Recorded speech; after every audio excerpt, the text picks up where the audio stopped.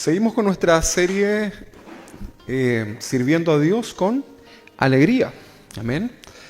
Seguimos sirviendo a nuestro Señor con mucho gozo, con mucha alegría. Y vamos a continuar con nuestra enseñanza del día de hoy. La semana pasada hablábamos acerca de cómo fue que Dios estableció el servicio a Dios en los tiempos del Antiguo Testamento, ¿verdad? ¿Se recuerda usted, no? Un escritor bíblico contemporáneo escribió: la adoración a Dios es algo peligroso. Él decía eso, ¿verdad? Es un escritor contemporáneo. Y la verdad que yo estoy muy de acuerdo con lo que él dice. La adoración a Dios, el servicio a Dios es algo peligroso. Sin duda, la adoración a Dios es un acto peligroso, pues en los tiempos antiguos cualquiera que osara acercarse a Él sin un fundamento bíblico, ¿qué sucedía? Simplemente caía muerto ahí delante del Señor. Muchos piensan que Dios... Bájale un poquitito, ahí tiene un pequeño acople. Aprovecho de toser.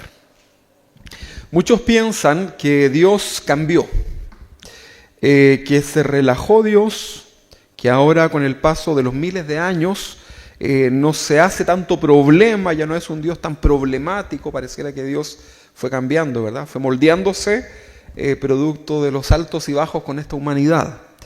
Otros que dicen ser más estudiosos dicen que hoy la cosa es distinta, pues ya no estamos bajo la ley. ¿Está de acuerdo usted conmigo en eso? ¿Estamos bajo la ley?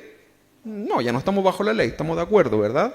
Ok, dicen que vivimos bajo la gracia. ¿Está usted de acuerdo con esto? ¿Sí? ¿O usted quiere vivir bajo la ley? Bueno, vivimos bajo la gracia, ¿verdad? Estamos de acuerdo hasta ahí. ¿Qué tan cierto puede ser esto y de qué forma lo podemos aplicar hoy día a nuestro servicio a Dios, ¿verdad? Porque aprendíamos la semana pasada acerca de cómo se servía a Dios en los tiempos del tabernáculo, en la antigüedad, pero ¿desechamos toda esa enseñanza? Ya lo aprendíamos la vez pasada, que no, ¿verdad? Debemos aprender de ahí, ¿verdad? Muchos hoy día discuten acerca de los diezmos, ¿verdad? Si era del Antiguo Testamento, si es de la gracia. Mire, yo solamente le digo, aprendamos de todo lo que el Señor nos enseña en relación al dar, al pecado y lo que la ley reflejaba. Vamos a leer en Judas, capítulo 1, versículo 4. Estamos hablando de nuestro servicio a Dios con alegría, como el Nuevo Testamento nos enseña cómo debe ser nuestra adoración a Dios. Judas, capítulo 1, no tiene más capítulo de todas formas, versículo 4, dice así, va a estar ahí proyectado. Porque algunos hombres han entrado encubiertamente, los que desde antes habían sido destinados para esta condenación, hombres impíos, y mire lo que dice acá, que convierten en libertinaje la gracia de nuestro Dios. ¿Qué hacen con la gracia de Dios? La convierten en un libertinaje, ¿verdad? Libertinaje es más que libertad, ¿verdad? Es cuando ya se les pasa la mano, por decirlo así, ¿verdad? Entonces convierten esta libertad que hemos recibido de parte de Dios hoy día, a través de la gracia de nuestro Señor, la transforman en un libertinaje. Y dice acá, y niegan a Dios, el único soberano. ¿Cómo lo niegan? Transformando la gracia de Dios en un libertinaje. Fíjense acá dice, niegan a Dios, el único soberano. Es importante. ¿Qué le pasa a mi garganta hoy día? Do, re, mi, fa, sol. Voy a tomar un poquito de agua.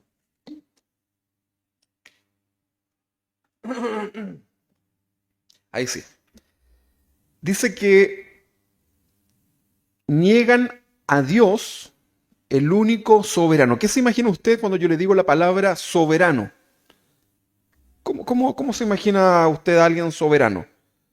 Así como alguien así como de bajo perfil, así como demasiado, a ver, digámoslo de una forma que no se malinterprete, humilde. O soberano tendrá que ver con alguien que dirige, ¿verdad? Que establece, ¿verdad? Que tiene el control de todo, ¿verdad? La soberanía de Dios, ¿verdad? Cuando hablamos de la soberanía de Dios, estamos diciendo que Dios no tiene que darle explicaciones a nadie. Eso lo hace un Dios soberano. ¿Pero por qué? No es como usted que dice en su casa, aquí mando yo, y se hace lo que yo digo, ¿verdad? Pero usted no da ningún argumento, ¿verdad? Dios tiene no solamente un argumento, tiene toda la facultad para ser un Dios soberano, porque toda su deidad, todos sus atributos lo hacen ser un Dios soberano en santidad y en benignidad. Significa que no hay nada malo en el corazón de Dios hacia nosotros. Pero acá dice, contrasta el libertinaje de algunos, ¿verdad?, con la soberanía de Dios. Esto nos está recordando que Dios ha establecido formas, ¿verdad?, modos, leyes, estatutos, ordenanzas, ¿verdad?, preceptos, como usted lo quiera llamar, de cómo nosotros servimos a Dios. ¿Verdad que sí? Entonces, tenemos que entender esto, ¿verdad? A veces nos quedamos solamente con el que convierte en el libertinaje la gracia de Dios, pero acá hay algo importante, ¿verdad? Este contraste que hace el escritor de esta carta, ¿verdad?, que es la soberanía de Dios, ¿verdad? Dios es digno de toda adoración. ¿Sabe usted eso, no? Digno. Digno significa que todo le pertenece a Él, ¿verdad? Ni siquiera podemos, hasta la palabra merecedor puede ser hasta mal usada, ¿verdad? Porque no es que el Señor merezca, de Él es la gloria, ¿verdad? De Él es toda la alabanza, ¿verdad? De hecho, Él tiene toda la alabanza y Él pone en usted una alabanza en su boca, ¿verdad? Para que usted, ¿qué haga? Se la dirija a Él, ¿verdad? Abre mis labios, Señor, toca mis labios y publicaré mi alabanza, tu alabanza, ¿verdad? Entonces, en realidad, hermanos, todo lo que nos sucede como cristianos depende del Señor. Y qué bueno, ¿verdad?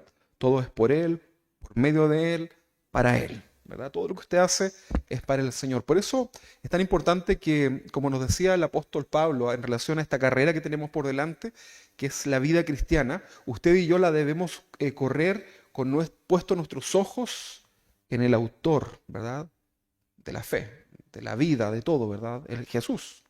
Entonces corremos en esta vida con nuestros ojos puestos en Él y ya con eso no nos mareamos, ¿verdad? Con eso ya no nos extraviamos, ¿verdad? No nos confundimos porque estamos corriendo esta carrera con los ojos puestos en el Señor. Cuando usted empieza a mirar aquello, acá, empieza a fijarse en las cosas que son más bien religiosas, entonces va a tener probablemente algún tropezón en su vida cristiana, ¿verdad? No significa que usted va a perder su salvación ni nada por el estilo, pero va a comenzar a tener esos baches, ¿verdad? La religiosidad puede llegar incluso a, sin duda, a desviar a una persona de la verdadera fe, ¿verdad? Y puede llevarlo a apostatar incluso. Pero debemos nosotros correr esta carrera y entender que nuestro servicio es para Dios. Todo lo que hacemos lo hacemos para Dios, ¿verdad? Porque, por ejemplo, cada semana hemos nombrado esto, ¿verdad? El aseo. Cuando usted hace el aseo para su hermano, usted lo hace pensando en su hermano solamente, ¿sabe lo que va a suceder? Usted va a estar ahí adorando y va a ver que su hermano, ¡pum!, tiró un papelito, ¿verdad? ¿Y usted qué va a decir? Si supiera lo que me costó, ¿verdad? Entonces, ya perdió, ¿qué cosa? El gozo, ¿verdad?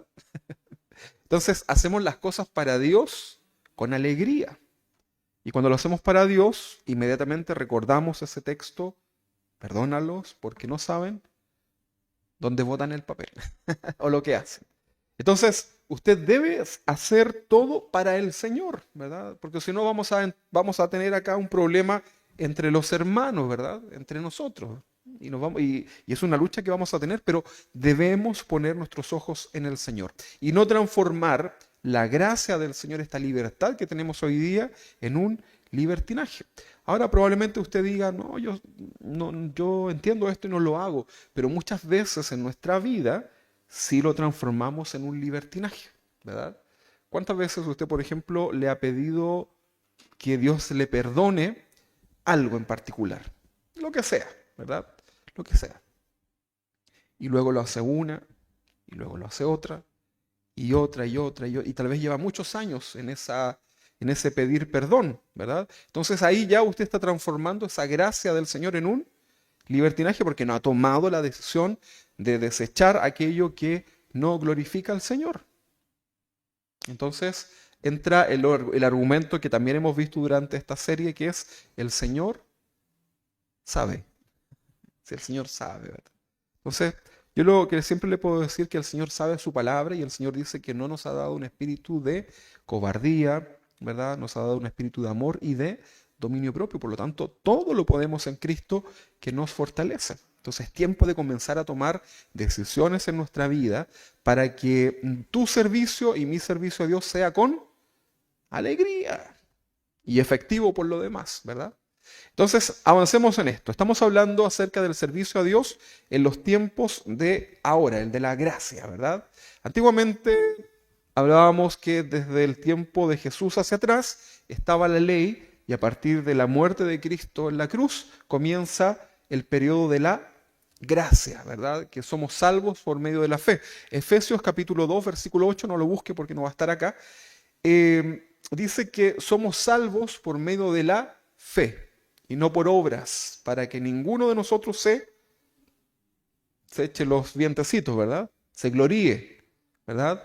Entonces debemos entender que a partir de Cristo vivimos en la gracia del Señor, ¿verdad? Toda esa ley impuesta que tenía un sentido ceremonial ahora ha quedado atrás y vivimos ahora la fe en el Hijo de Dios, en Jesús, ¿verdad? El que nos amó.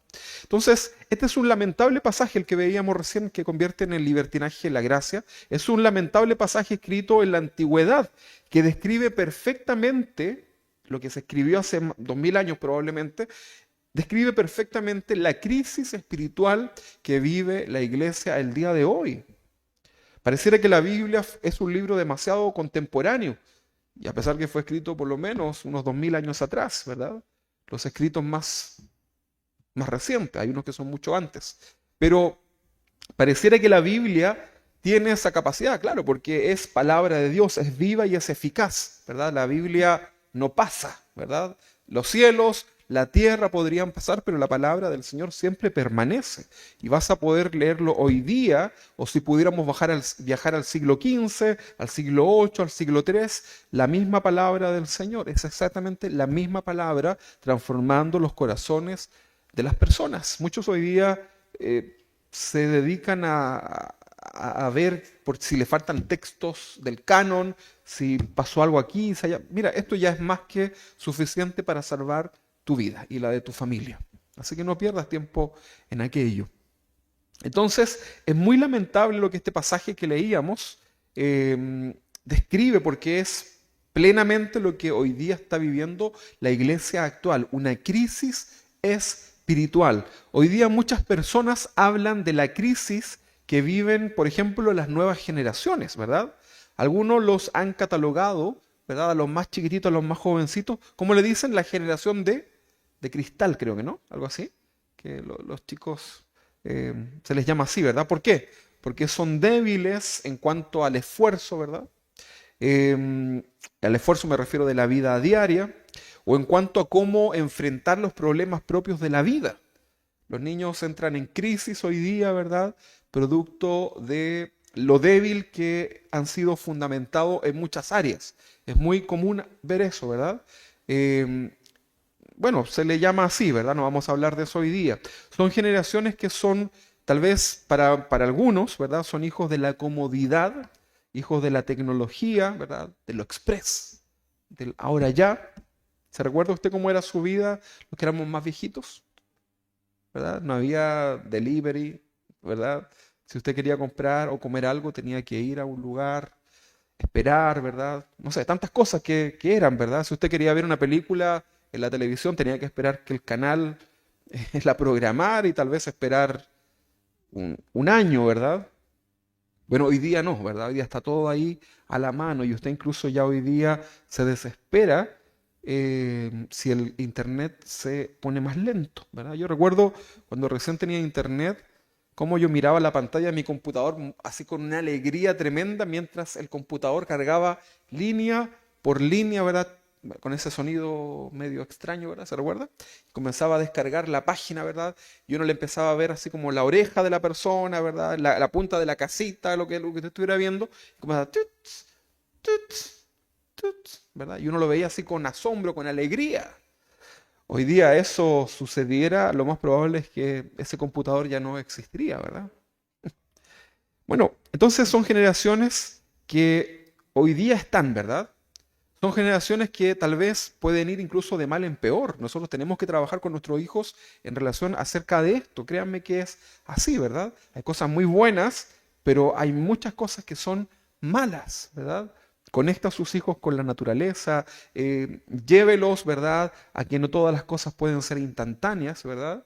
Y llevemos también el culto, ¿verdad? Nuestro servicio a Dios, que no todo sea online, ¿verdad? Todo tiene que ver algo como en los viejos tiempos, ¿verdad? Ok, son generaciones entonces que probablemente vayan de mal en peor. Por eso es fundamental que cumplamos 100% entonces nuestros roles como padres cristianos, ¿verdad? Mire, entre paréntesis, los padres cristianos no formamos profesionales. ¿Sabía usted eso? ¿Qué está diciendo el pastor? ¿Que nos mandemos a mi hijo, a mi hija al colegio? Yo no dije eso, ¿verdad? Yo dije que los padres cristianos no formamos profesionales. Nosotros formamos hijos de Dios. ¿Sí? Cuando tú formas a tu hijo como un hijo de Dios, ¿verdad? Temeroso con la palabra del Señor, es muy probable que tu hijo pueda lograr, ¿verdad? Ser un hombre o una mujer exitoso en sus estudios, ¿verdad? Y capaz que sea hasta Harvard se vaya. ¿Qué te parece? ¿O prefieres al revés? ¿Prefieres formar un hijo con un espíritu así competitivo, que tienes que ser el mejor, tienes que hacer todo lo posible para ser el mejor de tu clase? No importa que no ores, no importa que no adores al Señor, no importa, ¿verdad? ¿Qué será mejor? ¿Qué crees tú? Sinceramente, no me responda, ¿verdad? Pero nosotros como padres cristianos nos formamos profesionales, formamos hijos de Dios. Esa es nuestra responsabilidad. De ahí en adelante, ¿verdad? Para que no seas lo que yo, ¿cómo era el dicho? Para que no seas lo que yo he sido. Algo así, ¿no?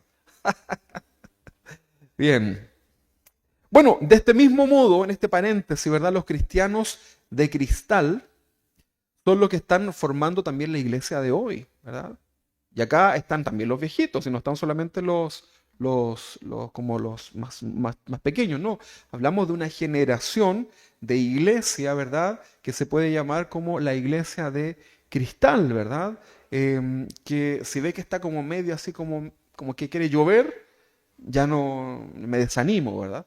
Ni siquiera estamos hablando de venir, sino que ya me desanimo. Cualquier cosa que suceda a tu alrededor te afecta en lo espiritual, ¿verdad? Entonces, eres un cristiano de cristal, ¿verdad? Y eso es lo que está formándose hoy día en la iglesia, y esto es muy preocupante, ¿verdad? Y debemos tener mucho cuidado en relación a esto. Es muy preocupante lo que está sucediendo. Estamos hablando de nuestro servicio a Dios en los tiempos del Nuevo Testamento y lo hacemos con alegría. Ahora, lo invito a un viaje en el tiempo y retrocedamos por lo menos unos 2000 años para hablar del inicio del periodo de la gracia. El misterio público de Jesús fue la revelación al hombre de una manera más asombrosa en relación a la voluntad de Dios. Cuando viene Jesús a la tierra, se revela, ¿verdad? Los ángeles dijeron, hosana en las alturas, a los hombres también buena voluntad, ¿verdad? Para con los hombres, y era todo un acontecer que Jesús, el Hijo de Dios, ¿verdad? Estuviera físicamente en la tierra, ¿verdad? Emanuel, Dios con nosotros. En la Navidad lo celebramos, ¿verdad? Y lo tratamos de representar. Una estrella anunció todo lo que usted ya conoce de la Navidad, ¿verdad? Entonces, esto fue uno de los hechos más asombrosos. Cuando Jesús ya crece e inicia su ministerio público, comienza a predicar las buenas nuevas de salvación. ¿Se recuerda usted cuál era el primer mensaje? ¿Cuál fue la primera serie o la primera enseñanza de Jesús? ¿Cómo se llamaba ese? ¿Cómo tenía por título? ¿Se acuerda, no? Había una frase importante, dos palabras. Arrepentidos y convertidos. Y usted lo demás sigue. Porque el reino de los cielos se ha acercado. Ese fue el primer mensaje de Jesús, lo primero que él predica. Ya lo había anunciado también Juan el Bautista, ¿verdad? Que venía trasito de Jesús anunciando, preparando el camino. Pero el primer mensaje de Jesús es el mensaje del arrepentimiento, ¿verdad? Entonces se comienza a predicar esto, las buenas nuevas de salvación. El judaísmo estaba en uno de sus momentos más precarios. La religión judía no lo estaba pasando bien. No piense usted que era el wow de los judíos. A pesar de que el templo estaba casi recién inaugurado, estaba bonito, ¿verdad? Estaba todo bien ahí, el último templo. La verdad es que los judíos estaban pasando una crisis tremenda. La religión judía, ¿verdad? Ser judío era prácticamente ya una tradición en los tiempos de Jesús, tal vez incluso una secta. Los personajes más despiadados de esa época eran los que ocupaban los mejores lugares y los mejores puestos dentro de la religión judía. Las personas ya estaban perdiendo incluso su interés por pertenecer a la religión que estaba tan arraigada en la cultura de Israel. Así eran los tiempos de Jesús. Las mismas sectas que estaban dentro del judaísmo, había muchas sectas dentro del judaísmo, se peleaban entre sí, ¿verdad? Ahí teníamos los fariseos, los saduceos, etc. Toda esta gente se peleaba, ¿verdad? Eran competidores entre sí. Es muy similar a lo que hoy día sucede entre las distintas denominaciones. Y si nos vamos más a la iglesia local, también se producen estas competencias entre la familia tanto, la familia de allá. Hay iglesias donde se produce eso, como que la familia, por ejemplo, los Estrada contra los Orellana, ya pongámosle ahí, ¿verdad? Contra los Gajardo, ¿verdad? Y como que cada familia compite, así como quienes cantan más, quienes llevan la Biblia más dorada, no sé, por ponerle un ejemplo, ¿verdad? Y se producía eso. Bueno, en los tiempos de Jesús era así también, ¿verdad? La religión judía estaba completamente corrompida. Era terrible lo que estaba sucediendo. Entonces, por otra parte, el templo había sido abandonado incluso por los sacerdotes, a pesar de que había, como esto del nuevo lugar, había una carencia, había una crisis, ¿verdad? Sacerdotal, ¿verdad? Los levitas, los sacerdotes ya como que estaban con sus currículums ahí en el LinkedIn de Jerusalén, esperando otras ocupaciones, ¿verdad? Entonces, nadie quería, ya, porque en realidad nadie creía eso es lo que sucedía. Nadie creía en lo que ahí sucedía, ¿verdad? Tan así que la gente ya afuera de los templos habían unos strip center, ¿verdad? Llamémoslo así, para comprar tu propia ofrenda, tu propio animalito, ¿verdad? Incluso probablemente si hubiese estado en estos tiempos, a más de alguien se le hubiese ocurrido hacer alguna especie de delivery al templo, ¿verdad? Para mandar tu animalito al templo y ni siquiera tener que ir tú, ¿verdad?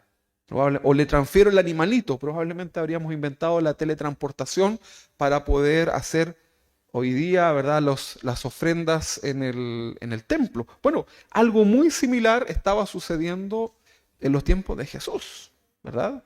Pero había algo también terrible que estaba sucediendo en un contexto y eran estos 400 años de silencio profético, ¿verdad? Ya Malaquías, ¿verdad? Había cerrado el tiempo profético, ¿verdad? Una crisis tremenda en Jerusalén y se cierra, ¿verdad? Se cierra la voz de Dios hacia su pueblo escogido. Entonces la cosa estaba complicada y todo esto tiene que ver con el pecado que había en el pueblo judío, ¿verdad? El corazón de cada uno de ellos. Una cosa es ser el pueblo escogido de Dios y otra cosa es ser agradable delante de Dios. ¿Verdad que sí? El judío eso no lo entiende porque él piensa que porque es escogido ya es agradable. Porque pertenece, ya lo es, ¿verdad? Pero no. Y eso tú lo tienes que aplicar hoy día a tu vida. El ministerio público de Jesús trajo consigo el mensaje del arrepentimiento y la verdadera interpretación de la ley. Eso lo trajo Jesús. Porque la gente, el mensaje, la ley, la palabra de Dios, el Pentateuco, la Torá, como usted lo quiera llamar, estaba tan manipulado, tan corrompido, que la gente, los religiosos de aquel tiempo imponían la ley de una manera equivocada. Entonces Jesús trae el mensaje del arrepentimiento y junto con ello comienza a explicarle a la gente de su tiempo, a los contemporáneos del tiempo de Jesús, les comienza a explicar qué es lo que verdaderamente significaba la ley de Dios. Y vamos a leer ahora, pero yo voy a pedirle que usted me acompañe nada más, va a estar acá en el texto, en la pantalla. En la pantalla, ¿no? En la volcanita. Va a estar Mateo capítulo 5, 17 en adelante, pero yo le voy a leer la traducción al lenguaje actual. Por eso le pido que, si no tiene esa versión, me acompañe aquí leyendo. Yo dejé, hermano Pedro, ¿me ayuda usted con algo? Yo dejé, creo que en mi oficina hay una cosita de pañuelitos desechables. Por favor, hermano Pedro. Bien, esto tiene como título La ley y los profetas. La ley y los profetas. Gracias, hermano Pedro. Muchas gracias. La ley y los profetas. Mateo capítulo 5, versículo 57. 17. Dice, no crean, le está diciendo Jesús, no crean que vine a quitar la ley. En la versión Reina Valera dice abrogar, ¿verdad? No piensen ustedes que yo he venido a abrogar la ley. Ni a decir que las enseñanzas de los profetas ya no valen. Esto está diciendo Jesús, ¿verdad? Al contrario, vine a darles su verdadero valor. ¿A qué cosa? A la ley. O sea, Jesús vino a cumplirla, no vino a anularla ni a abrogarla. Yo les aseguro que mientras existan el cielo y la tierra, ni siquiera un punto o una coma se quitará ¿de qué cosa? De la ley. Pregunta, ¿existe el cielo y la tierra? ¿Podemos quitarle algo a esto? No, ¿verdad? Pero sí podemos darle una correcta interpretación. Por eso la semana pasada leíamos acerca del sacerdocio, ¿verdad? Que usted decía, pero ¿cómo cojo, sordo, mudo, medio Shakira para sus cosas? ¿Cómo no va a poder presentarse delante de Dios una persona con esos defectos? No, lo que pasa es que tenemos que darle la correcta interpretación para este tiempo. En aquel tiempo, en la antigüedad, era la forma ilustrativa que Dios necesitaba enseñarle a su pueblo. Por eso incluso vamos a encontrar en el Éxodo que Dios les pedía a algunos que hicieran imágenes, por ejemplo, en el tabernáculo de los querubines, ¿verdad? O que miraran la serpiente en el medio del desierto. ¿Se recuerda ese episodio? Cuando estaban enfermos, parecía que Dios estuviera incitando al pueblo a la idolatría, pero no, era la forma en que Dios les estaba enseñando qué era. Porque de todo eso era sombra de lo que vendría en el cumplimiento de Jesús. Entonces dice Jesús, no crean que vine a quitar la ley, ni a decir que la enseñanza de los profetas ya no vale. Al contrario, vine a darles su verdadero valor. Yo les aseguro que mientras existan el cielo y la tierra, ni siquiera un punto o una coma se quitará de la ley hasta que todo se cumpla. Por eso, si alguien no obedece, si alguien no obedece uno solo de los mandatos de Dios, aún el menos importante será la persona menos importante en el reino de Dios. Lo mismo le sucederá a al que enseñe a otros a desobedecer. Pero el que obedezca los mandamientos y enseñe a otros a obedecerlo, partiendo por su familia, será muy importante en el reino de Dios. Yo les aseguro que si ustedes no son más obedientes que miren, nombra a los religiosos, a los fariseos y los maestros de la ley que estaban corrompidos, etc. O sea, dice, si ustedes no son más obedientes, ¿por qué dice esto el Señor?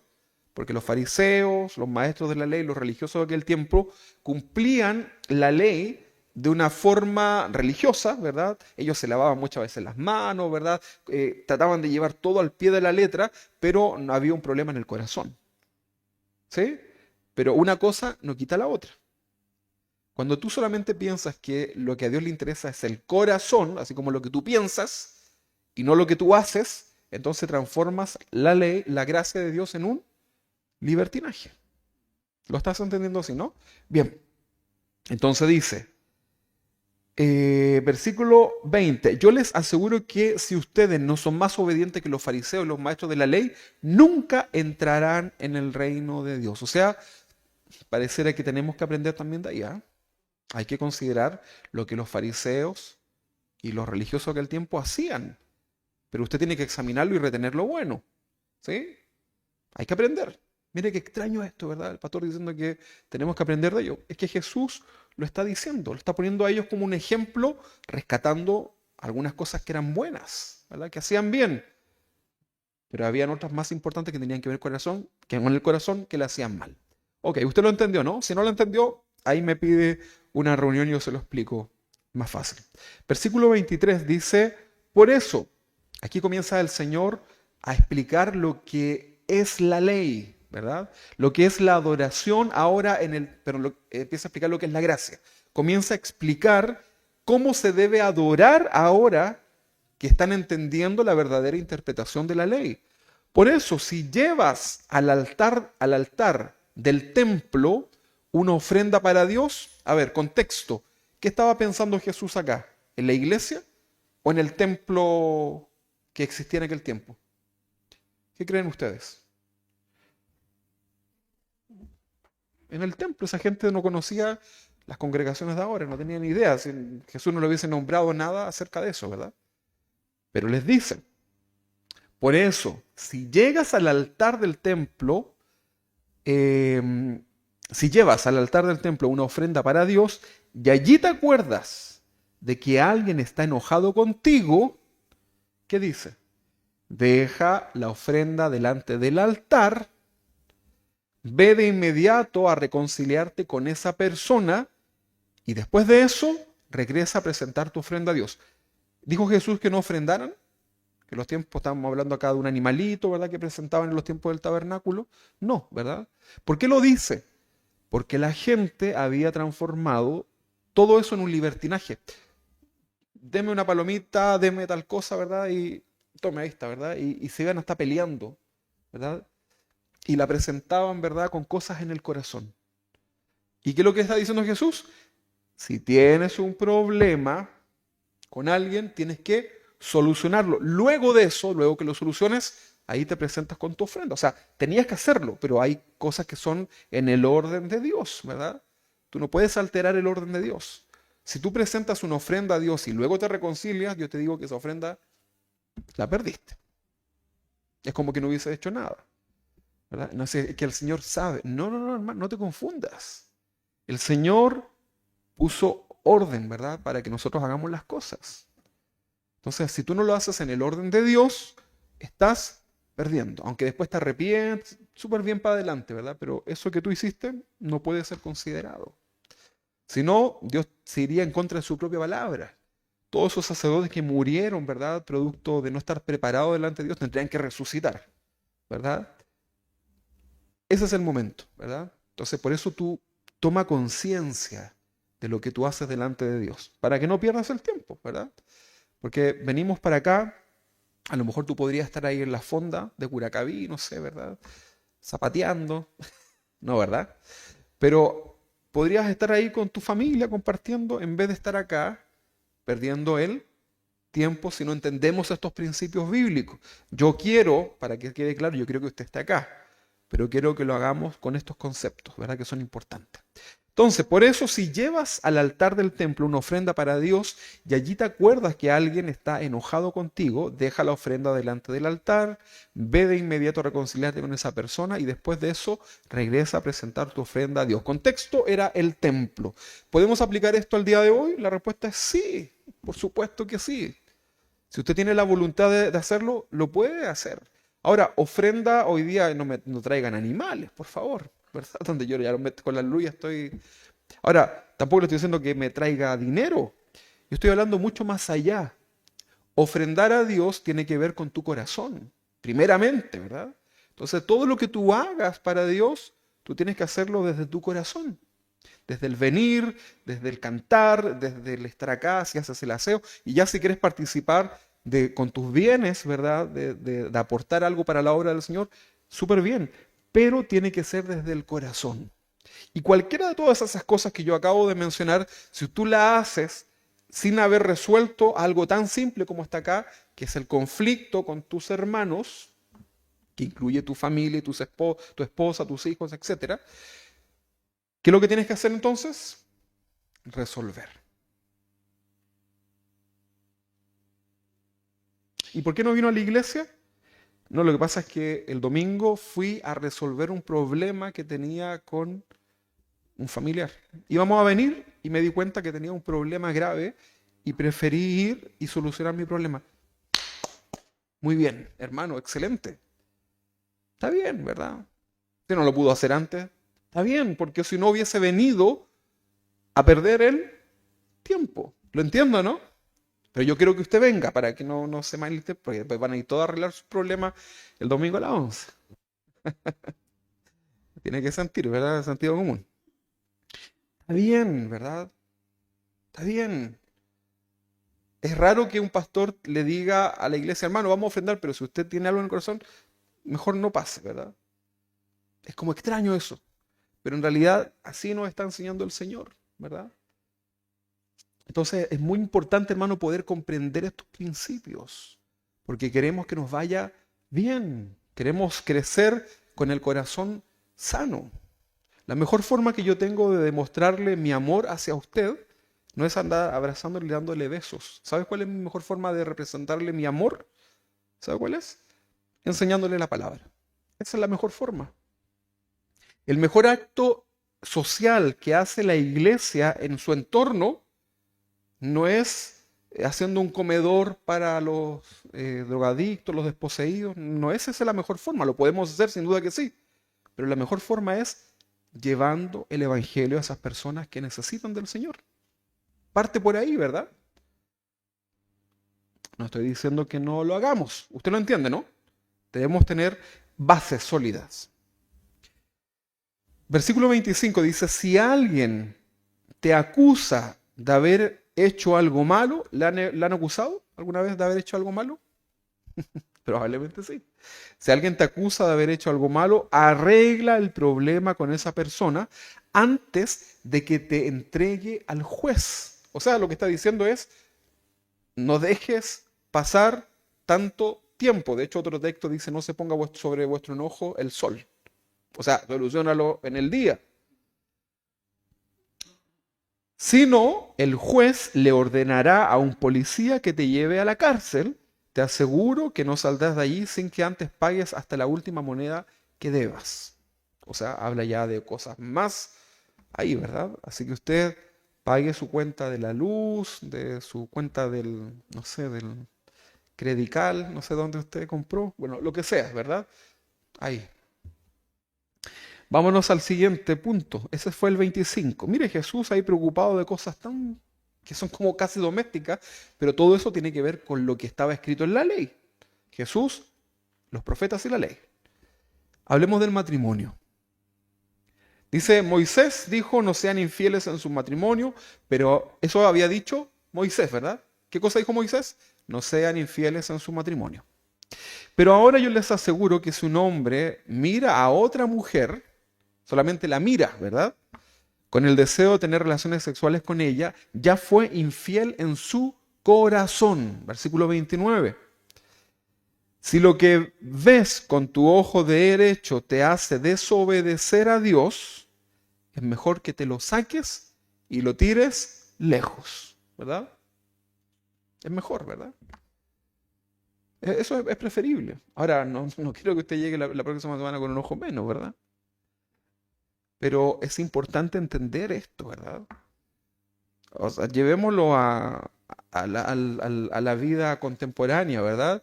Si tus redes sociales te son producto de caer en cosas que no debes hacer, entonces, ¿qué vas a hacer? Si ya no tienes el dominio propio, entonces, cierra la cuenta, ¿verdad? Si Netflix te consume todo, o no sé qué más hay ahora, hay tantas cosas, ¿verdad? Yo me quedé en el Netflix, ¿no?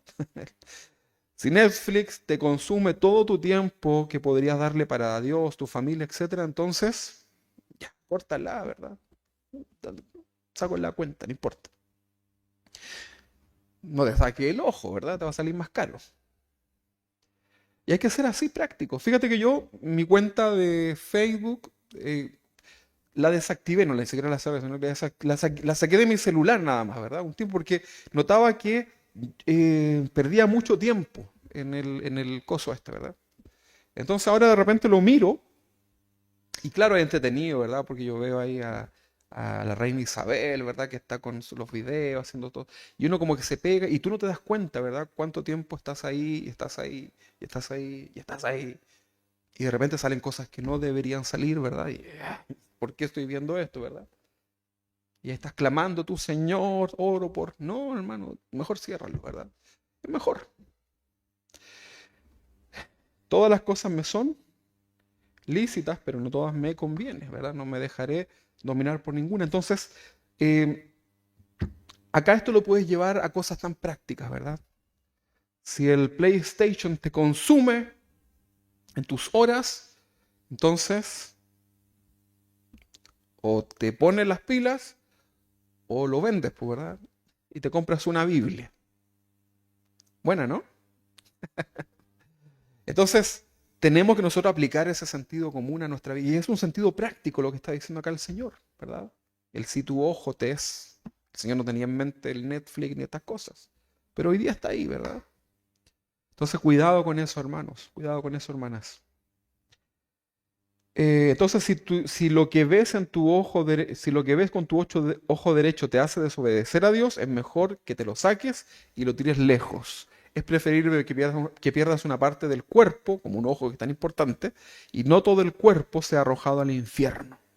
Si lo que haces con tu mano derecha te hace desobedecer, es mejor que la cortes y la tires lejos. Es preferible que pierdas una parte de tu cuerpo y no todo el cuerpo se vaya al infierno. ¿Está de acuerdo conmigo?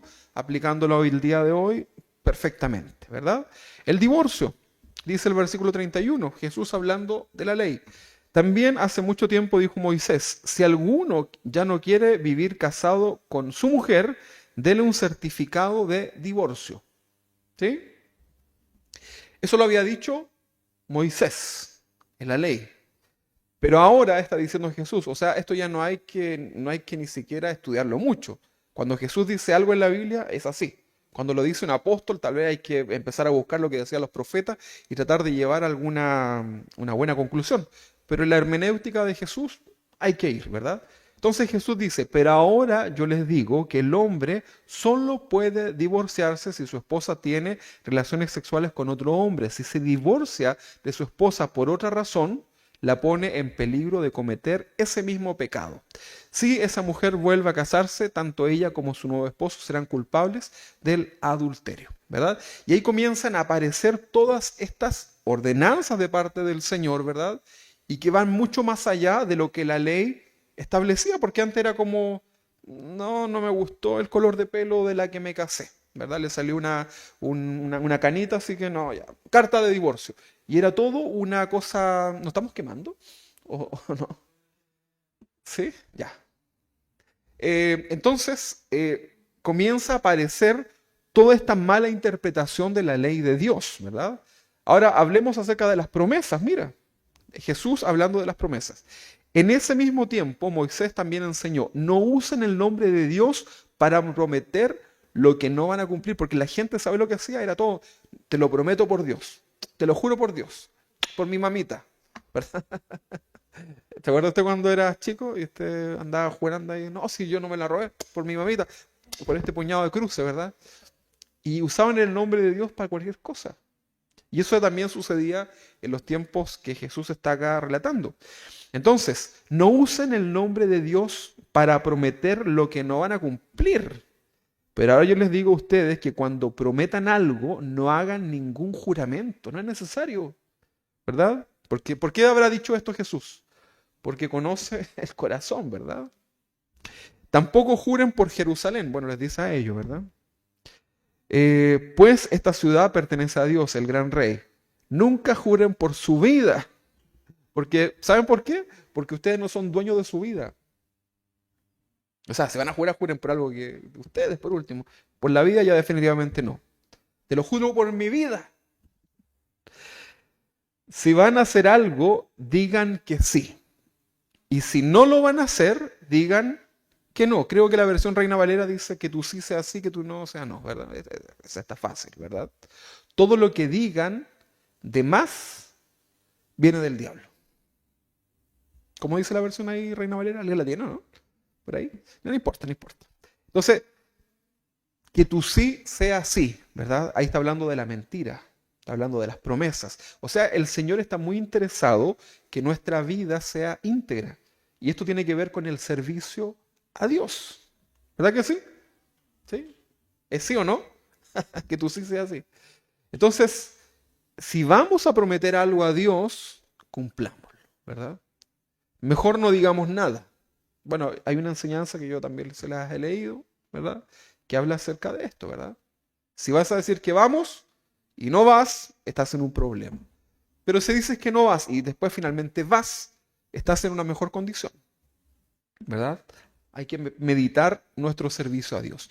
Con este pasaje entonces queda más que claro que Jesús le dio una correcta interpretación a la ley de Dios. El Señor estaba fundando lo que más adelante se convertiría hasta el día de hoy en la iglesia del Señor, es decir, tú y yo. Esos que estaban escuchando se convirtieron en la iglesia del Señor, ¿verdad? El pueblo adquirido, ¿verdad? A diferencia del pueblo escogido. Ya con la instauración de los 12 apóstoles más adelante, después del ministerio público de Jesús y específicamente con el apóstol Pablo, se da, por decirlo así, el vamos, el kick-off, ¿verdad? Que se le dicen hoy día, el vamos oficial a la iglesia gentil. ¿Quiénes son la iglesia gentil? Todos nosotros, los que no somos judíos, no tenemos una ascendencia judía, pero por medio de Jesús podemos entrar a esta genealogía, ¿verdad? Espiritual. Entonces, hoy día la iglesia del Señor está formada por todos aquellos que rinden su vida delante del Señor. Voy a leerles Gálatas 3:28, que dice, ya no hay judío ni griego, no hay esclavo ni libre, no hay varón ni mujer, porque todos vosotros sois uno en Cristo Jesús. Esa es la iglesia del Señor. Romanos 10:12 habla acerca de esto mismo, porque ya no hay diferencia entre judíos y griegos, pues el mismo que es Señor de todos es rico para con todos los que le invocan. O sea, cualquiera puede venir delante del Señor y cumplir esto que Dios ha establecido, el arrepentimiento genuino. Entonces los cristianos comenzaron a multiplicarse, comenzaron a avanzar por todas las regiones aledañas. Ser cristiano en ese tiempo era, como les he contado, era ir en contra de todo el mundo pagano, porque estaba inmerso en el paganismo, ¿verdad? Y contra el mismo judaísmo. O sea, ser cristiano era ir contra toda la corriente. Algunas personas piensan que el cristiano es como visto bien así por los judíos. Ah, ¿eres cristiano? Un judío le dice, sí, soy cristiano. Ah, mira. No, hermanos, ¿verdad? Nosotros tenemos un contexto herético dentro del judaísmo, o sea, somos una aberración para los judíos. Cualquier cristiano que intente predicar en Israel es escupido, ¿verdad? Es golpeado tal vez, porque están diciendo que su profeta, el tal Jesús, es el Hijo de Dios, ¿verdad? Entonces era una blasfemia para el contexto judío. Entonces ser cristianos en los tiempos de Jesús, en los tiempos de los apóstoles, era algo bien complicado porque iba en contra, era algo muy agresivo, ¿verdad? Las religiones paganas, para que usted lo entienda, la religión pagana no condenaba otras prácticas, ¿verdad? Sus adherentes, adoraban a Moloch, a lo que usted quiera, al dios que quieran, a los dioses griegos, etcétera. Listo, vengan todos los que quieran, ¿verdad? No había ninguna condenación, por decirlo así, con los otros, no se metían con los demás. Sin embargo, el cristianismo, en cierta forma, es algo confrontacional porque primero va al corazón del hombre, al pecado, a decirle que eres un pecador, que necesitas arrepentirte, y por otra parte, iba en contra de todas las tradiciones religiosas paganas. Entonces, hacerse un cristiano en medio de ese contexto era bastante difícil, ¿verdad? Y los cristianos eran considerados como como entre los amargados, algo así como, bueno, el nombre protestante está muy bien más adelante, pero eran los que iban en contra de todas las tradiciones. Entonces, era difícil ser un cristiano en aquel tiempo. Hoy día lo sigue siendo, pero no tanto, ¿verdad? Veamos un poquito cómo era la vida de estos cristianos en Hechos capítulo 2, versículo 40. Acá vamos a ver a Pedro en su primer discurso, ¿verdad? habían acontecido algunos problemas, ¿verdad? Y aquí Pedro hace uno de sus primeros discursos ya como apóstol del Señor, ¿verdad? En el libro de los Hechos, capítulo 2, versículo 40. Y bueno, ahí hay un contexto para atrás que no creo que lo lea hoy día, pero vamos a leer acá en el versículo 40. Dice, y con otras muchas palabras testificaba y les exhortaba diciendo, sed salvos de esta perversa generación. Eso es agresivo, ¿no? Imagínense Pedro ahí en una explanada diciéndole, sean salvos de esta perversa generación. Así que los que recibieron su palabra fueron bautizados y se añadieron aquel día como 3.000 personas. O sea, la iglesia de aquel tiempo en Jerusalén creció entre 3.000 personas y perseveraban en la doctrina de los apóstoles. Recuerde que no existía la Biblia que usted tiene hoy día. El apóstol no dijo, vamos a leer Apocalipsis. No, ¿verdad? No, eso fue después. Entonces perseveraban en las doctrinas, en las enseñanzas dadas por los apóstoles que habían sido discípulos del mismo Jesús, en la comunión uno con otros, o sea, entre los hermanos. ¿Qué significa comunión? ¿Pleito? Comunión, ¿verdad? Preocupación, comunión, paz. Fíjense que el salmo, estos salmos que nosotros leemos, había muchos salmos que eran enseñados a los de la antigüedad para que ellos mientras iban a la congregación los citaran, ¿sí? Por ejemplo, iban camino a los lugares de adoración y decían, mirad cuán bueno y delicioso es los hermanos, mirad cuán bueno y delicioso es habitar los hermanos juntos en armonía. Y iban recitando esos salmos para recordar a lo que iban. Era parte de la tradición, así eran los salmos. Habían distintos tipos de salmos y hoy ellos iban haciendo esto camino a la misma congregación, ¿verdad? Usted debe hacer esto, ¿ah?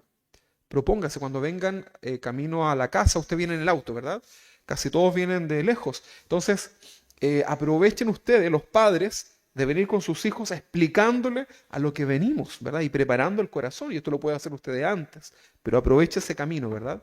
Era parte de las instrucciones que había para el pueblo, para las familias, cuando se dirigían a los lugares de adoración. Citar y recitar estos salmos que hablaban justamente de lo que es el servicio a Dios. Entonces, dice acá que perseveraban en la doctrina de los apóstoles, en la comunión unos con otros, en el partimiento del pan, que era algo muy común de aquel tiempo, y en las oraciones. Y versículo 43 dice, sobrevino temor a toda persona, y muchas maravillas y señales eran hechas por los apóstoles. Todos los que habían creído estaban, ¿cómo? Juntos y tenían en común todas las cosas. Esto es un gran desafío, ¿verdad? ¿Usted podría poner en común todas sus cosas hoy día? Ya, pastor. Son la una, así que me voy. Pero mire, acá la gente llegó a tal convencimiento, ¿verdad? Tal vez fue una exageración, tal vez no sé, pero el contexto lo permitía. Pero llegaron incluso a vender todos sus bienes, ¿verdad? Y se fueron a una especie como de comunidad, ¿verdad? Como un reality. Pero yo no quiero que hagamos eso, por favor, se los pido. Pero lo que yo quiero que sí es aprendamos de lo que aquí hay, ¿verdad? Ellos estaban dispuestos, ¿verdad? El estar juntos es soportar, ¿verdad? A la persona que tú tienes. Porque aquí los veo a ustedes y todos somos así como Juan Diego, ¿verdad? Como el santito de allá de México. Pero probablemente en sus casas usted es distinto, ¿verdad? Y la persona que vive con usted le ama tanto que lo soporta, porque si no ya no estarían. Cuando se separan es porque no se soportaron. Entonces, lo soportas, ¿verdad? Tienes paciencia. A veces te dan ganas de afilar el cuchillo, ¿verdad? Y luego ya lo guardas, ¿verdad? Pero finalmente los cristianos se soportaban. Por eso Jesús dijo, soportaos. ¿Quiénes? Los de acá con los de allá. Porque hay que soportarse, hermano, ¿no? Claro que sí, pues. Usted me soporta a mí, yo lo soporto a usted, y ustedes se soportan entre ustedes, ¿verdad? Y todos nos soportamos. ¿O no? Yo tenía un pastor que de repente amanecía de mala y te tiraba así como unas cosas, así como que uno quedaba como, así como, pastor. Y bueno, aprendimos, ¿verdad? Aprendimos a soportarnos, ¿verdad? Y él, me imagino él como pastor también a todos nosotros, ¿verdad? Yo admiraba también del pastor su paciencia, ¿verdad? Pero a veces también el pastor amanecía atravesado. Y es lógico, ¿no? Entonces tenemos que aprender a soportarnos. Si no, si no, mire, es re fácil, dice la palabra, esto no es mío. Es re fácil decirle, te amo al que te ama, ¿verdad? Lo dice la palabra, le dejo la tarea para que lo busque. El desafío está en amar al que te maldice, a tu enemigo, ¿verdad? A la vieja pesada de la esquina. Ese es el desafío. Entonces tenemos que tratar de hacerlo. Bueno, ¿dónde quedé yo? Acá lo leí todo, parece, ¿no? Perseveraban unánimes cada día en el templo, como el partimiento del pan, comían juntos con alegría, con sencillez de corazón, alabando a Dios y teniendo favor con todo el pueblo. O sea, no solamente entre ellos, también con los demás, con los del pueblo. Todo el pueblo no era cristiano, ¿verdad? Tenían ellos el favor con el pueblo. Y el pueblo también en cierta forma veía en ellos algo bueno. Y el Señor, o sea, ellos se preocupaban de hacer eso, y el Señor añadía cada día a la iglesia los que habían de ser salvos. Es importante indicar que los primeros cristianos no vivían una fe distinta al judaísmo. ¿Sí? Cuando una persona de los tiempos de Jesús, incluso hasta ahora, cuando un judío se convertía al cristianismo, esa persona no abandonaba su fe judía. ¿Sabían ustedes eso, no? No era tema de conversación, ¿verdad? Ellos entendían con claridad que estaban ahora viviendo, si eran judíos, lo que ellos entendían al escuchar el mensaje de Cristo era que estaban viviendo la era mesiánica en el cumplimiento en Jesús. Nada más que eso, ¿verdad? No era un problema. No era un problema para los cristianos mesiánicos que se les llamaba, ¿verdad? Entonces ellos veían que en Jesús se cumplían las profecías y ellos seguían siendo judíos, ¿verdad? De hecho, la palabra cristiano fue posterior, se les comenzó a llamar, era como una burla, ¿verdad? Así, cristiano significa pequeños cristos, pequeños ungidos. Era como los cristianillos, ¿verdad? En Antioquía fue el primer lugar donde se les llamó cristianos, ¿verdad? Estos cristianitos, estos pequeños cristos, ¿verdad? Pero para los judíos que se convertían al cristianismo no era un problema porque ellos simplemente veían que Jesús cumplía todo lo dicho por los profetas y él era el Mesías, ¿verdad? Entonces no abandonaban su fe. Para los judíos entonces de aquella época, el cristianismo era una herejía para los que mantenían su fe, los que seguían siendo judíos sin aceptar a Cristo como el Mesías. Para ellos el cristianismo era una herejía y que se debía combatir con rigor, ¿verdad? Eh, y por la fuerza incluso, ¿verdad? Los primeros cristianos seguían asistiendo a sus sinagogas. ¿Sabía usted eso, no? Jesús iba a la iglesia. No, bueno, no asistía a la iglesia como era, pero iba a la sinagoga. ¿Sabía usted, no? Y participaba, incluso él tenía una participación importante ahí, ¿verdad? Bueno, entonces, los primeros cristianos seguían asistiendo a sus sinagogas, sin embargo, una vez a la semana se reunían, ya como grupo cristiano, ¿verdad? Se reunían para el partimiento del pan. Y esto lo hacían, como dice el texto, con sencillez de corazón y con alegría, ¿verdad? Ahora, un dato importante, el mensaje central para los primeros cristianos, yo lo leía en un libro, el mensaje central para los primeros cristianos era la resurrección del Señor. Ese era el tema principal para los primeros cristianos, ¿verdad? El tema de la pasión de Cristo con la crucifixión y todo eso fue algo que se dio siglos posteriores, ¿verdad? Pero lo más importante para los cristianos de aquel tiempo era la resurrección. Por eso hoy día incluso se toma el término el servicio o la reunión de celebración, ¿verdad? Los gringos, los americanos utilizan mucho esta forma, ¿verdad? La reunión de celebración, ¿verdad? Porque lo más importante, por decirlo así, para estos primeros cristianos era la resurrección. Si Jesús moría con todo lo que hizo, pero no resucitaba, todo lo demás no tenía sentido. ¿Sí? Hubiese sido como el Mahoma, a pesar que Mahoma no padeció nada de eso. Pero si Jesús no resucitaba, nada tenía sentido. Por lo tanto, los primeros cristianos ponían mucho énfasis en la resurrección. Ese era su tema principal, ¿verdad? Todo lo que ellos estudiaban de la ley, de la palabra, de los profetas, estaba relacionado justamente al cumplimiento de la resurrección en Jesús. Los primeros cristianos seguían la costumbre de los judíos más devotos y estos ayunaban 2 días a la semana. Era una costumbre del judaísmo. Y los primeros cristianos tomaron esa práctica de ayunar ¿cuántas veces? 2 veces a la semana, ¿verdad? Mientras los judíos ayunaban los días lunes y los días jueves, los cristianos ayunaban los días miércoles y los días viernes. Probablemente también ayunaban los otros días, o sea, eran varios días de ayuno, ¿verdad? Yo le voy a hacer una pregunta y usted no me la va a contestar. ¿Cuántos hemos ayunado esta última semana? Yo no me conteste. ¿Cuántos han ayunado el último mes? El último semestre? El último año? Parece que el humo viene de ahí, Luis. Parece que el humo viene de ahí. Chequea bien eso.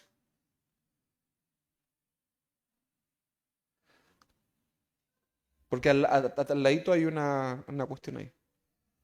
Ahí van bien. Ya, es que hay un poquito de humo por alguna parrilla, seguramente. ¿Sí? Ya. Tírale agua. No va a salir más humo. Ya, entonces, seguimos. Entonces decíamos que los primeros cristianos, ¿cuántos días ayunaban? ¿Cuántos días? 2. Los miércoles y los viernes, ¿verdad? Ahora, ser cristiano era todo un desafío de vida o de muerte. Las primeras iglesias locales tuvieron que enfrentar la aparición y las amenazas de muchas sectas. Era terrible, ¿verdad? Había persecución. Por ejemplo, en el año 54 toma el control Nerón. Y este fue un cruel gobernador que odiaba a los cristianos. La noche del 18 de julio del año 68, yo le puse 1968, no me equivoqué, del año 68, un gran incendio afectó a Roma. Y Nerón, ¿sabe lo que hizo? Culpó a los cristianos de aquel tiempo de este incendio. Y el castigo fue muy cruel, ¿verdad?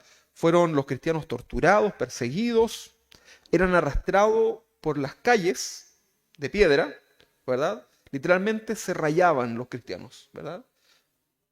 ¿Se entiende eso, no? Eran amarrados, arrastrados con caballos y en la medida que iban pasando por lo pedregoso, los cristianos iban perdiendo parte de su piel, sus huesos y literalmente morían hechos puré. Esa era una forma. Se dice también que los cristianos eran impregnados con aceites, ¿verdad? Eran amarrados a los postes de la casa de Nerón, ¿verdad? Para alumbrar sus jardines. Los famosos jardines de Nerón, ¿verdad? Y ahí morían los cristianos. Esa fue una persecución que tuvieron los primeros cristianos. ¿Se imagina usted que a nosotros viniera la gente de esta villa, hiciera algo así con nosotros, ¿verdad? Y nos torturaran, nos amarraran, solamente por ser cristianos? Probablemente más de alguno quisiera. Pero usted sabe que eso nunca nos va a suceder, ¿verdad? Probablemente.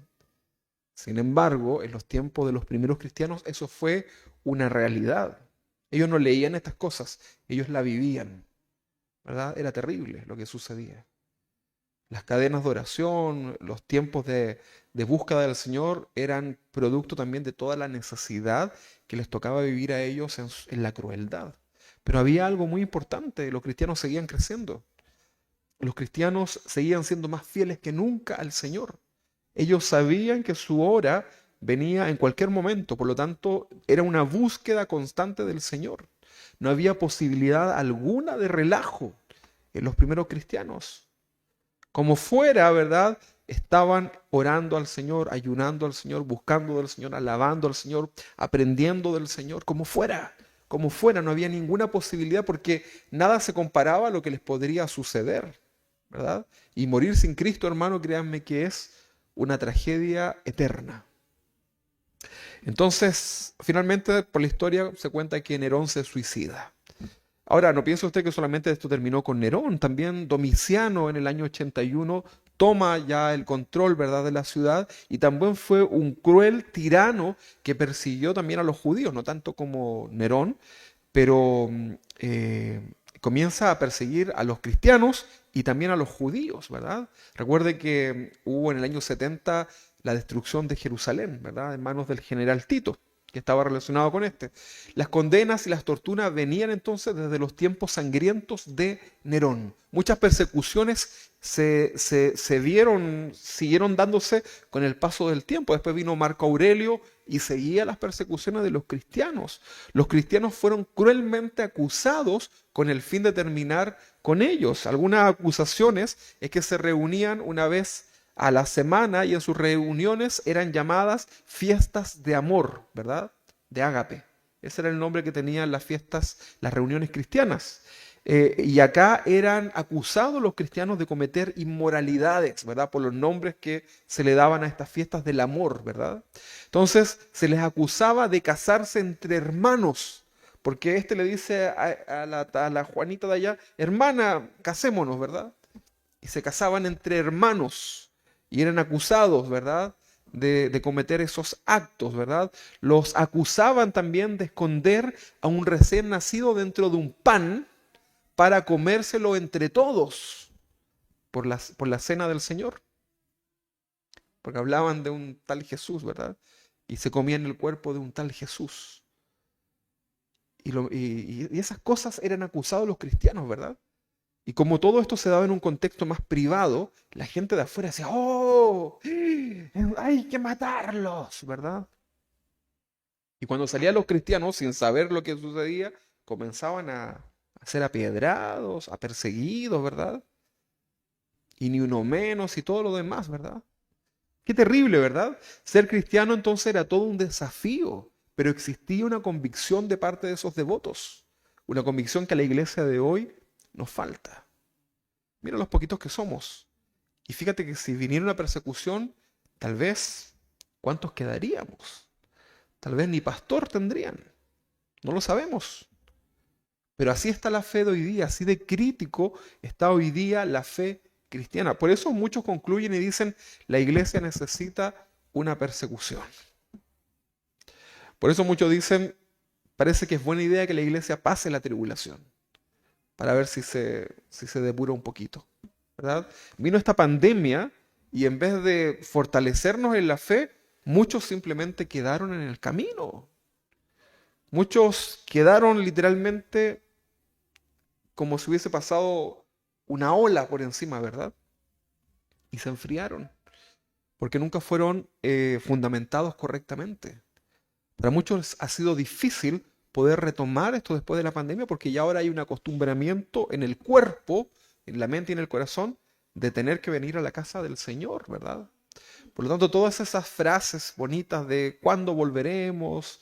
Esto no es lo mismo, todo eso en realidad quedó como una frase más.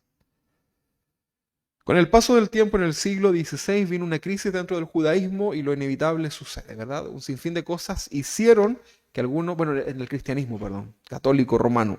Esto llevó a que en el siglo XVI algunos sacerdotes católicos de esa época se rebelaran en contra de la corona papal y es así como surge el protestantismo. Y ahí comienza la tortura de los primeros cristianos, porque durante los 300 primeros años de persecución, la vida de los cristianos era una masacre. Los cristianos se mantenían fieles mientras los persiguieron, y posterior a ello, ya con la aprobación del cristianismo como religión oficial, en los tiempos del gobernador, ¿cómo se llamaba? Constantino, ¿verdad? La fe cristiana se contaminó. Constantino, o algo parecido así como contaminación, ¿verdad? Se contaminó la fe cristiana, porque ahora era un derecho el ser cristiano. Había bono si eras cristiano, ¿verdad? Bono cristiano. Vengo a cobrar mi bono por ser cristiano, claro. Y yo se lo digo así como en chiste, pero así era. ¿Sabe por qué se metieron tantos falsos maestros y pastores a la iglesia de aquel tiempo? De los tiempos de Constantino, año 300 más o menos. Porque los templos que eran paganos se convirtieron ahora en templos cristianos y el gobierno aquel entonces daba subvención, ¿verdad? Y sueldos a los pastores. Fue tanto así que los pastores, o en este caso los curas, los obispos, que después se dieron más adelante, tenían un alto grado en la sociedad, que hasta hace poco nada más eso se fue quitando. Pero así era. Entonces ser cristiano realmente era como diría el profeta Gonzalo, estaba in ser un cristiano. Entonces sabemos por las historias que las cosas no mejoraron y durante el siglo XVI se produce esta reforma protestante, ¿verdad? Y esto fue solamente una explosión en realidad de toda la inmundicia que estaba inmersa en la poderosa iglesia cristiana católica y romana de aquel tiempo, ¿verdad?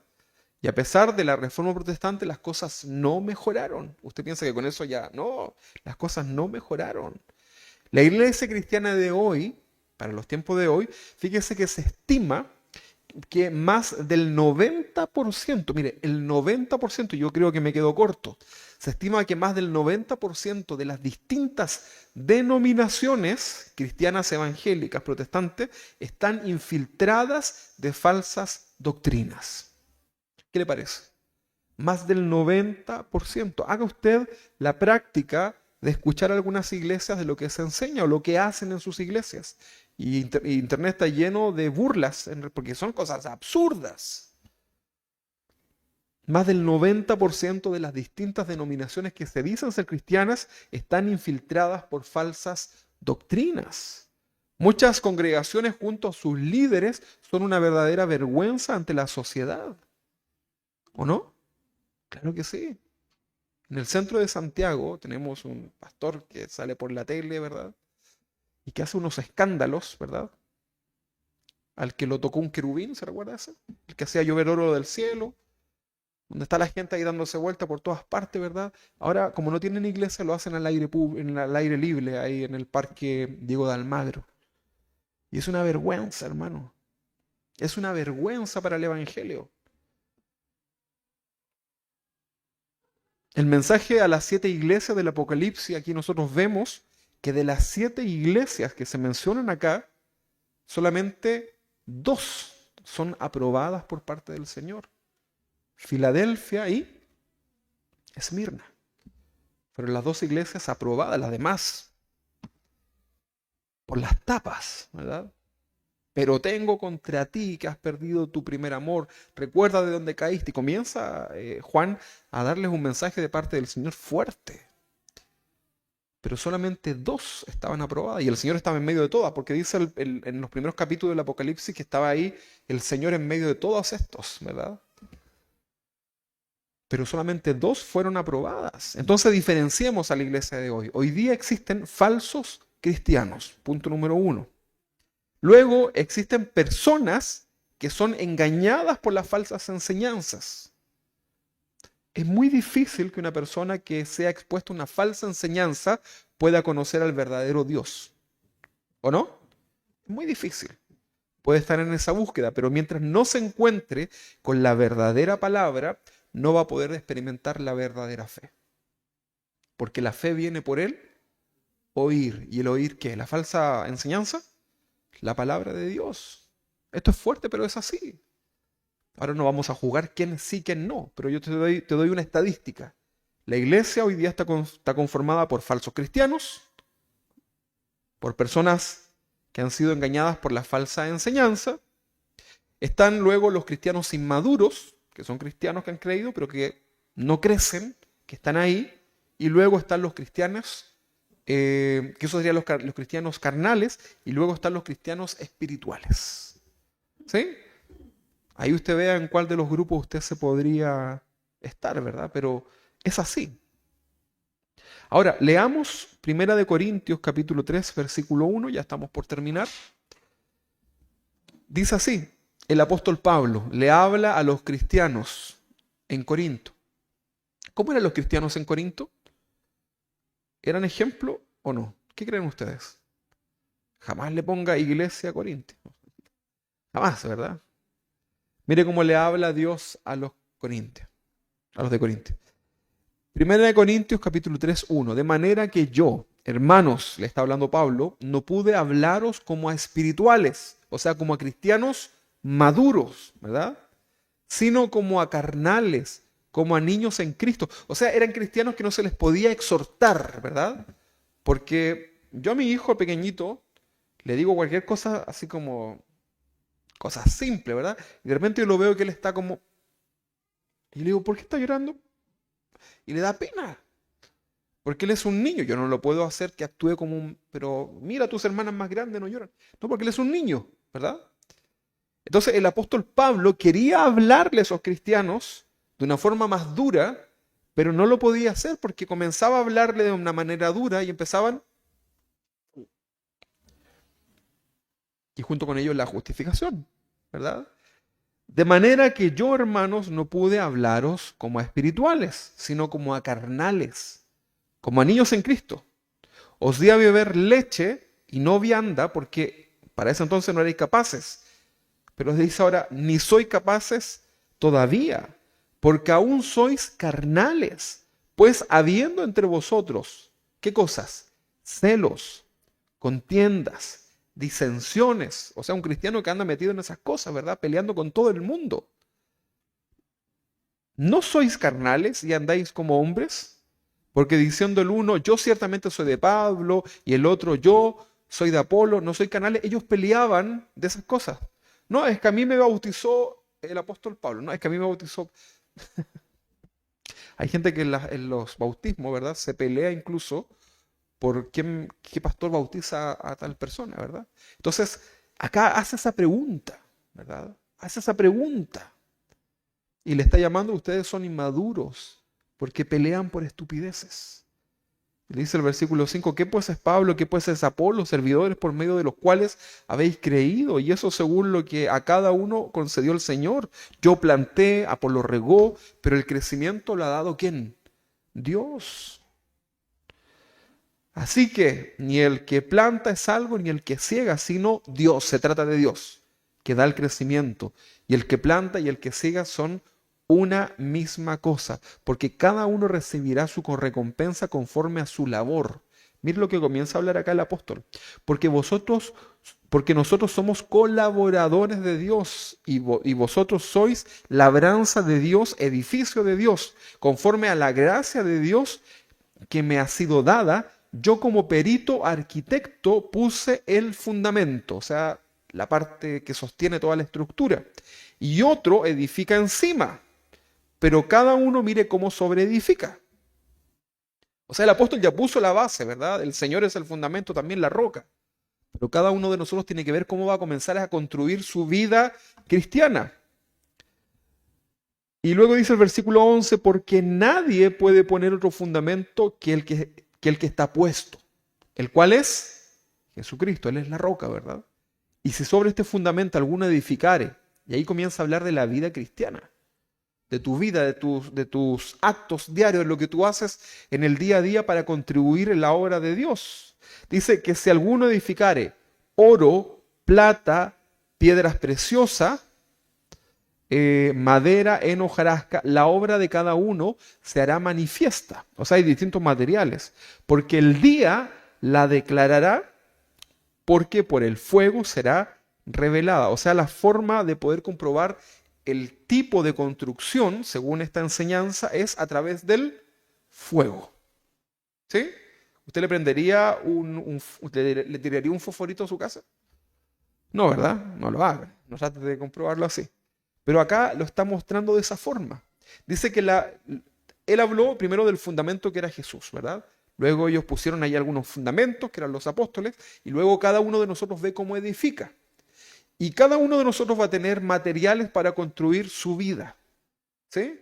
O sea, por ejemplo, si el Christopher toca la guitarra acá, te voy a tomar a ti como ejemplo, y él toca la guitarra, eso es una contribución a la obra del Señor, sin duda que sí, pero el Señor va a mirar cómo él construyó eso, ¿verdad?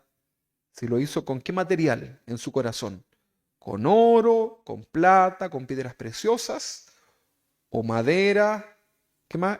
Heno, hojarasca. Entonces tirémosle un fosforito al Christopher, a la guitarra, ¿verdad? Si era de oro, ¿qué va a suceder? Va a quedar más puro, ¿verdad? El fuego purifica. Lo mismo con las piedras preciosas, lo mismo con, ¿qué más? La plata, ¿verdad? Son quizás distintas cosas, valencias, pero prevalece, ¿verdad? Pero si lo construyó con madera, con heno, con hoja, eso no queda. Eso significa que eso no prevalece.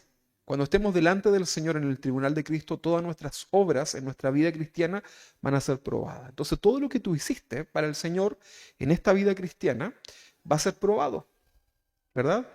Y el Señor lo va a pasar por el fuego de su presencia, ¿verdad? Y eso va a quedar ahí al descubierto. Y vas a tener galardones si es que lo hiciste de una manera correcta. Eso de aquí, afuera. Pero si no, eso va a ser probado. Termino. Si permaneciere la obra de alguno que sobreedificó, recibirá recompensa. Si la obra de alguno se quemare, él sufrirá pérdida. ¿Pérdida de qué? Pérdida del tiempo, ¿verdad? Perdió su tiempo. Todo lo que hizo no sirvió de nada. Si alguien hizo algo para agradar al pastor, para mostrarse, ¿verdad? Para decir, miren lo que yo hago, ¿verdad? Eso se quemó, quedó en el olvido. Si bien el mismo será salvo, aunque así como por fuego, ¿no sabéis que sois templo de Dios? Le dice acá el apóstol a los Corintios, y que el Espíritu de Dios mora en vosotros. Si alguno destruyere el templo de Dios, Dios le destruirá a él, porque el templo de Dios, el cual sois vosotros, santo es. Nadie se engaña a sí mismo. Si alguno de vosotros se cree sabio en este siglo, hágase ignorante para que llegue a ser sabio, porque la sabiduría de este mundo es insensatez para Dios, para con Dios, pues escrito está, Él prende a los sabios en la astucia de ellos. Y el versículo 20 dice, y otra vez el Señor conoce los pensamientos de los sabios, que son vanos, así que ninguno se gloríe en los hombres, porque todo es vuestro. Y ahí comienza a hablar, sea Pablo, sea Apolos, etc. ¿Le queda claro acerca de esto? Es importante, ¿verdad? Si tú quieres tener un servicio a Dios que sea agradable primeramente a Dios y lo hagas con alegría, debes considerar estos fundamentos que han sido puestos ahora en el Nuevo Testamento, ¿verdad? No trates de servir a Dios sin un fundamento. No trates de servir a Dios anímicamente, no trates de servir a Dios por agradar a los hombres. Hazlo de corazón. El Señor viene a buscar a una iglesia fiel, a una iglesia sin mancha, sin arruga, a una iglesia velando a la espera del esposo. Y este es el texto que leo para finalizar, Romanos capítulo 12, versículo 1. Ya puedes comenzar a ponerte de pie, porque vamos a orar.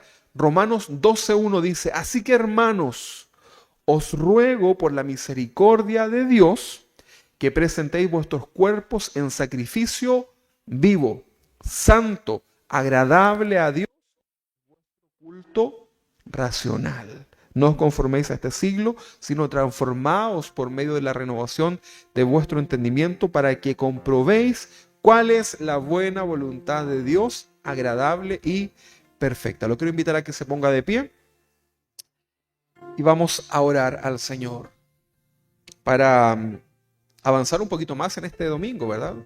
Que cada domingo se debe ir un poquito más, menos chaparro, ¿verdad? Creció un poquito más, ¿verdad? Aquí recibió la enseñanza y esta semana y en adelante la aplicamos, que esa es la idea. Entonces, Señor, te queremos servir, sí, amén, ¿verdad? Pero lo queremos hacer de la manera correcta, para que Dios sea agradado, para que te vayas a tu casa y estés feliz. Por eso el nombre de esta serie, sirviendo a Dios con alegría, para que no te vayas ahí todo tristón, toda tristona, porque sientes que tu servicio a Dios como que no llega ni al techo, ¿verdad? Claro, porque lo estás haciendo mal, pero hoy día Dios te está enseñando cómo es que Él quiere que tú le sirvas. Por eso es importante, hermano, que lo podamos considerar. Te quiero invitar a que cierres tus ojos ahí donde estás y vamos a darle gracias al Señor por esta oportunidad que tenemos de escuchar una vez más su palabra. Señor, Aquí estamos con nuestros hermanos, hemos sido exhortados, hemos viajado en el tiempo, Señor, recordando las cosas que tuvieron que vivir muchos cristianos en la antigüedad. ¿Qué te podemos decir, Señor? Gracias porque no nos tocó vivir un tiempo tan terrible, tan difícil, Señor, como aquellos cristianos eran muertos, literalmente, Señor, destrozados por bestias, encendidos en llamas, en tortura, Señor, en burla. Señor, nosotros vivimos hoy día un tiempo tan fácil para poder servirte, Señor, pero también tan tóxico en cuanto a todo lo que hoy día nos acontece. Señor, ayúdanos porque no nos podemos justificar más. Tenemos que comenzar a tomar decisiones en nuestra vida. Tú nos estás hablando hoy día a tiempo y eso es algo que nos da mucha alegría en el corazón de saber que tú nos hablas a tiempo, Señor. Tú quieres que te sirvamos correctamente, Señor, y eso haremos en nuestra vida.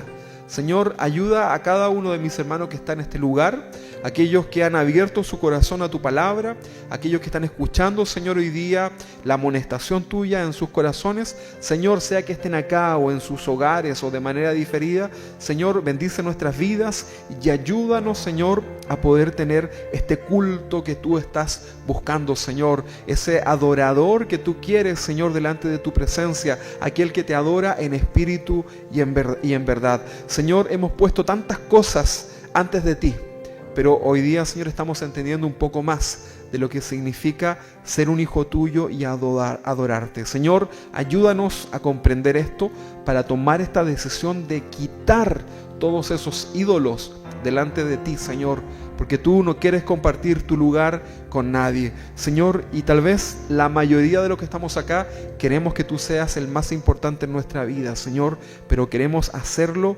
con nuestro sí siendo sí. En el nombre de Jesús, Señor, ayúdanos.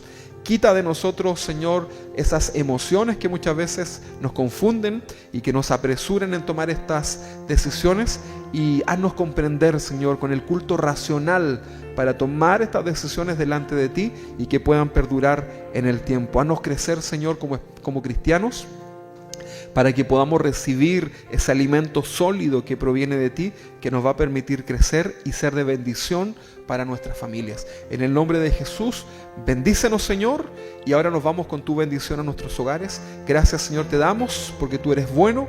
Gracias por nuestro país. Gracias, Señor, por este tiempo que tenemos para descansar, y nos vamos alegres, Señor, en ti. En el nombre de Jesús, bendícenos, Señor, y toma en consideración todas nuestras necesidades, Padre amado. En ti descansamos, en el nombre de Jesús. Amén y amén.